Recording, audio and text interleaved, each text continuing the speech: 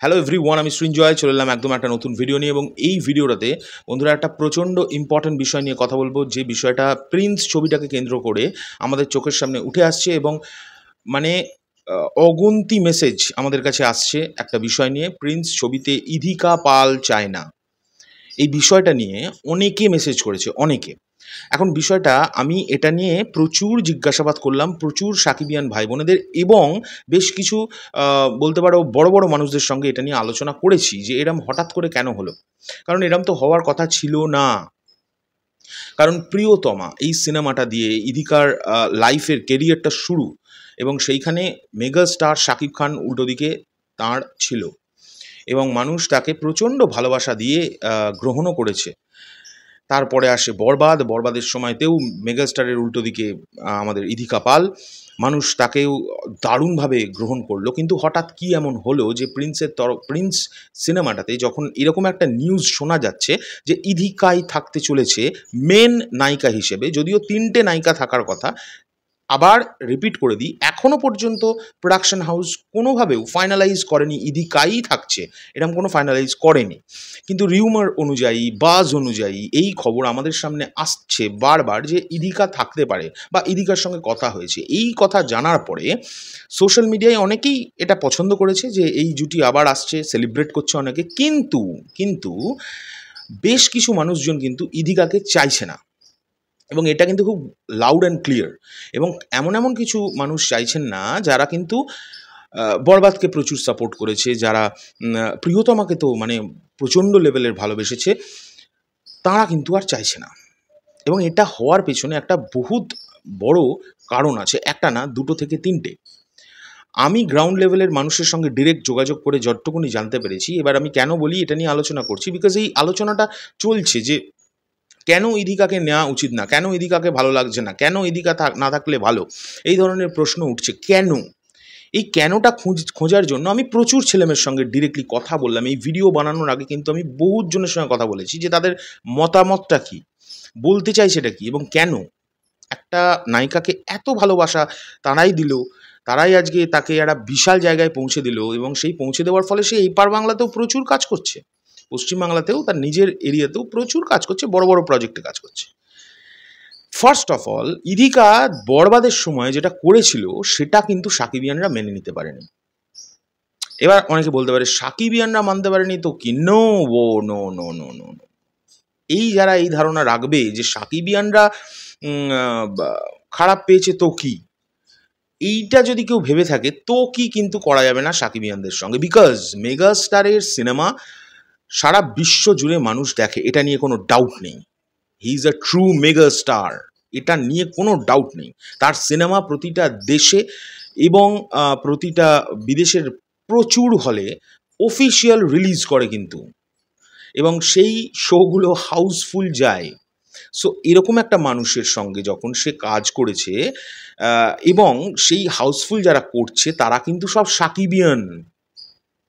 কারণ প্রথম 3 দিন মানুষ, এটা মানে সিনেমার জগতেই একটা কথাই আছে যে মেগাস্টারদের ফ্যানেরা প্রথম 3 দিন তার সিনেমাটাকে এমনভাবে দেখে যে সেটাকে হিটের তকমা দিয়ে দেয়। তারপরে আস্তে আস্তে সেটা ব্লকবাস্টারের দিকে পৌঁছয়, সাধারণ মানুষ সেই সিনেমাটা দেখা শুরু করে। তো এরকম একটা মোমেন্টে যেখানে সাকিবিয়ানরা নিজেরাই যে কোনো একটি সিনেমাকে 3 থেকে 4 দিনের মধ্যে হিট তকমা দিয়ে দিতে পারে, এবং যে মানুষটার সিনেমা যখন বিদেশে রিলিজ করে সেখানকার সাকিবিয়ানরাও পর্যন্ত প্রথম দিনের প্রথম শোগুলো বা 2-3টে শো বা পরপর 2 দিনের শো হাউসফুল দেয়, সেই ফ্যান বেসকে কিন্তু কখনোই হালকাভাবে নেওয়া যাবে না।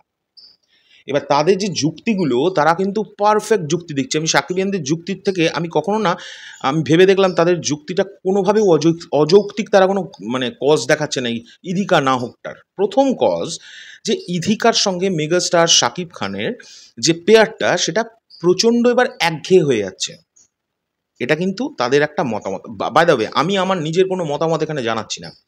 আমি যা যা জানতে পারলাম, আমি যা যা গ্রাউন্ড লেভেল থেকে শুনতে পেলাম, সেটা আমি কনভে করছি তোমাদের কাছে। আসল কারণটা যাতে প্রোডাকশন হাউস যদি এই ভিডিও তারা দেখে, তারা এক্স্যাক্ট কারণটা জানতে পারবে যে এইটা হচ্ছে, এই কারণের জন্য ইধিকাকে তারা নিচ্ছে না। মানে তারা মানে সাকিবিয়ানরা পছন্দ করছে না, বা কিছু সংখ্যক মানুষ পছন্দ করছে না, বেশ কিছু সংখ্যক সাকিবিয়ান তো সত্যি পছন্দ করছে না। প্রথম কারণ হচ্ছে এই পেয়ারটা বারবার রিপিট হচ্ছে। 2, বড়বাদের সময়ে ইদিকা আমাদের পশ্চিমবাংলার অন্য একটি ছবিতে কাজ করছিল এবং আই হোপ সো সেই ছবিটার কাজ করছিল এবং তার সঙ্গে আরেকটি ছবি সে তার রিলিজ করেছিল তার 2 মাস আগে। সে বড়বাদের থেকে বেশি পোস্ট করেছে সেই পশ্চিমবাংলার সিনেমাটাকে নিয়ে। এখন বিষয় হচ্ছে অনেকেই কথার খাতিরে বা ঝগড়ার খাতিরে বলতে পারে পশ্চিমবাংলার মেয়ে, সে তো পশ্চিমবাংলা সিনেমার এবং সে আবার নাকি অভিনয় করেছে, সেটা তো সে বেশি করে প্রমোট করবেই। এখন পয়েন্ট হচ্ছে যদি প্রমোটই সে করে, এটাও তো তার এথিক্সের মধ্যে পড়ে যে বরবাদ বলে একটি ছবি এসছে বা অন্য একটি দেশে আমি একজন মেগাস্টারের সঙ্গে, সেই দেশের একজন মেগাস্টারের সঙ্গে কাজ করেছি, সেই ছবিটা নিয়েও কনস্ট্যান্ট আমি পোস্ট করি। সে হঠাৎ করে কেন পোস্ট কম করলো, এটা কিন্তু সেকেন্ড কারণ। আমি কিন্তু একটুও বাড়িয়ে চাড়িয়ে কিছু কথা বলছি না। আমি যদি কোনো ভুল কথা বলে থাকি আমায় কমেন্ট করে জানিও তো। যে সাকিবিয়ান ভাইদের সঙ্গে আমার কথা হয়েছে বা যারা এই ভিডিওটা এখন দেখছে, তারা যদি এই পয়েন্টগুলোই আমি কি ঠিক কথা বলছি, এই কারণগুলো তোমাদের গায়ে লেগেছে, সেটা কিন্তু অবশ্যই কমেন্ট করে জানিও। 3 নম্বর কারণ হচ্ছে সেটা তারা নতুন মুখ চাইছে মেগাস্টারের সঙ্গে। তারা নতুন মুখ চাইছে। সাকিবিয়ানরা মিনিমাম পশ্চিমবাংলা থেকে যদি নায়িকা নিতেই হয়, তারা নতুন মুখ চাইছে। তারা বলছে আরও প্রচুর নায়িকা আছে যারা খুব ভালো ভালো নায়িকা, যেমন রুক্মিণী মৈত্র, যেমন আরও ব্লা ব্লা ব্লা প্রচুর নায়িকা আছে। আমাদের এখানে নায়িকার কোনো অভাব নেই। তারা ছাড়া কেন ইদিকা? এই 3টে পয়েন্ট কিন্তু তারা কনস্ট্যান্টলি তুলছে। আমি সমস্ত কমেন্ট বক্স চেষ্টা করেছি পড়ার, প্রচুর কমেন্ট বক্স পড়ার চেষ্টা করেছি, প্রচুর সাকিবিয়ান ভাই বোনদের সঙ্গে কথা বলেছি, তারপরেই কিন্তু এই ভিডিওটা বানাচ্ছি। বারবার রিপিট করছি, আমার এগুলো সব নিজের কথা নয়। এখন বিষয় হচ্ছে এখানে আমার একটা সেকেন্ড পয়েন্ট আছে, যে পয়েন্টটা এটা পার্সোনালি আমার সমস্ত সাকিবিয়ানদেরই জন্য।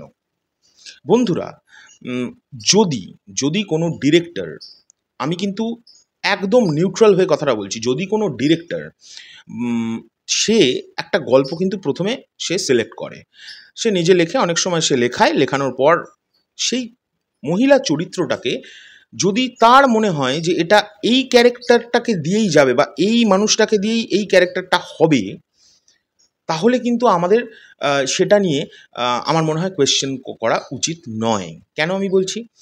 ধরো এমন একটা ক্যারেক্টার প্রিন্স ছবিতে, যেটা ইদিকাই যদি করে, সেই ক্যারেক্টারটা ইদিকার সঙ্গে যাচ্ছে এবং সেটা কিন্তু আমাদের আগে বুঝছেন ডিরেক্টর, বিকজ ডিরেক্টর কিন্তু পুরো গল্পটা জানে, আমরা কিন্তু জানি না ডিরেক্টর কী জন্য ইদিকাকে পছন্দ করছে। যদি করে, আমি কিন্তু আবার রিপিট করছি, এখনও পর্যন্ত ইদিকা কনফার্ম নয়।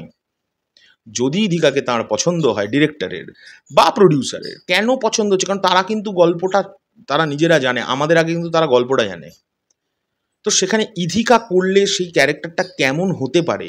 দেখো, এটা তো নিয়ে এই দুটো জিনিস আমি একটা প্রশ্ন করব, সেই প্রশ্নের উত্তর তোমরা আমায় দেবে যে এটা নিয়ে তো কোনো ডাউট নেই যে ইদিকা দুর্দান্ত অভিনেত্রী, কারণ সে প্রিয়তমায় সেটার প্রমাণ দিয়েছে, তার চেয়ে বেশি ভালো প্রমাণ দিয়েছে সে বরবাদে যে ধরনের তার শেড ছিল ক্যারেক্টারে, সবাই ঘাবড়ে গেছে, সবাই। অ্যান্ড এভরিওয়ান ইদিকাকে নিয়ে ভালো ভালো প্রসঙ্গ মানে আনন্দ করে তারা পোস্ট করেছে, আমি নিজের চোখে দেখেছি। অ্যান্ড ইদিকা কিন্তু দুর্দান্ত, মানে মেগাস্টারের সঙ্গে যে কেমিস্ট্রিটা দুর্দান্ত কিন্তু লাগছে অন স্ক্রিন, এটা নিয়ে কোনো ডাউট নেই। সো যদি ডিরেক্টর মনে করেন যে এইবারের ছবিতেও এমন একটি গল্প, যে গল্পটিতে আমার মনে হচ্ছে ইদিকাই পারবে খুব ভালো, তাহলে কিন্তু আমাদের এটা নিয়ে কোয়েশ্চেন করা উচিত নয়, এটা আমার মনে হয়। হ্যাঁ, অবশ্যই কোয়েশ্চেন করা উচিত নয় বলবো না, কোয়েশ্চেন যেটা মাথায় আসবে সকলের করা উচিত, কারণ গণতান্ত্রিক দেশে আমরা বাস করি অ্যান্ড সকলের কোয়েশ্চেন করার অধিকার আছে। কিন্তু আমার মনে হয় ডিরেক্টর যদি মনে করেন যে এই ক্যারেক্টারটার জন্য বেস্ট হচ্ছে ইদিকা, তাহলে আমাদের মনে হয় দেখা উচিত যে ডিরেক্টর ঠিক বলছে না ভুল বলছে। যদি ভুল হয় তাহলে তো হয়েই গেল, আমরা তো সকলে আছি, আমরাই ভিডিও বানাবো যে এটা কী হলো, এ মা ইদিকাকে মানাচ্ছে না। সো আমার মনে হয় ওয়েট করাটা উচিত আমাদের। তোমাদের কি ধারণা? এখনকার জন্য এই ভিডিওটা এই পর্যন্ত, আমি চললাম। পরবর্তী ভিডিও নিয়ে খুব শিগগিরই দেখা হচ্ছে। আর বন্ধুরা, আজ থেকে আগামীকাল পর্যন্ত টানা গোটা এই 2 দিন আমার এই বিষ থবড়াই তোমাদের দেখতে হবে, বিকজ পৌষালিদি প্রচণ্ড ব্যস্ত, বাড়িতে আমার কালী পুজো হয়, প্রচণ্ড পুরনো, তাই দেখবে, মনে করে দেখো, কালী পুজোর সময় তো 2 দিন ভিডিও বানাতে পারিনি, আমাকে করতে হয়েছে। এবং যে 2 দিনও ভিডিও 2-1টা আসছিল ওর, সেগুলো খুব কষ্ট করে, মানে কাজের মাঝেও ভিডিও করেছে। আর আমাদের বাড়িতে এবারে জগদ্ধাত্রী পুজো আছে, সেই পুজোর জন্যও আজ থেকে প্রচণ্ড ব্যস্ত। আগামীকাল ভোগ রান্না করবে ভোরবেলা থেকে। আর আজকে এখন বেশ কিছু কাজের মানে গোছানো জোগাড় যন্ত্র এসব করছে।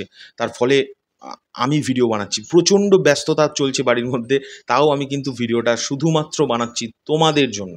কারণ আমি জানি অনেকেই আমাদের ভিডিওর জন্য অপেক্ষা করে, এবং আমার মনে হলো এই বিষয়টা নিয়ে কিন্তু আলোচনা করাটা খুব দরকার। তো তোমাদের কি মনে হয় অবশ্যই কমেন্ট করে জানাও। এখনকার জন্য চললাম, পরবর্তী ভিডিও নিয়ে খুব শিগগিরই দেখা হচ্ছে। টাটা। আর আগামী 2 দিন একটু সহ্য করে নিও আমাকে প্লিজ।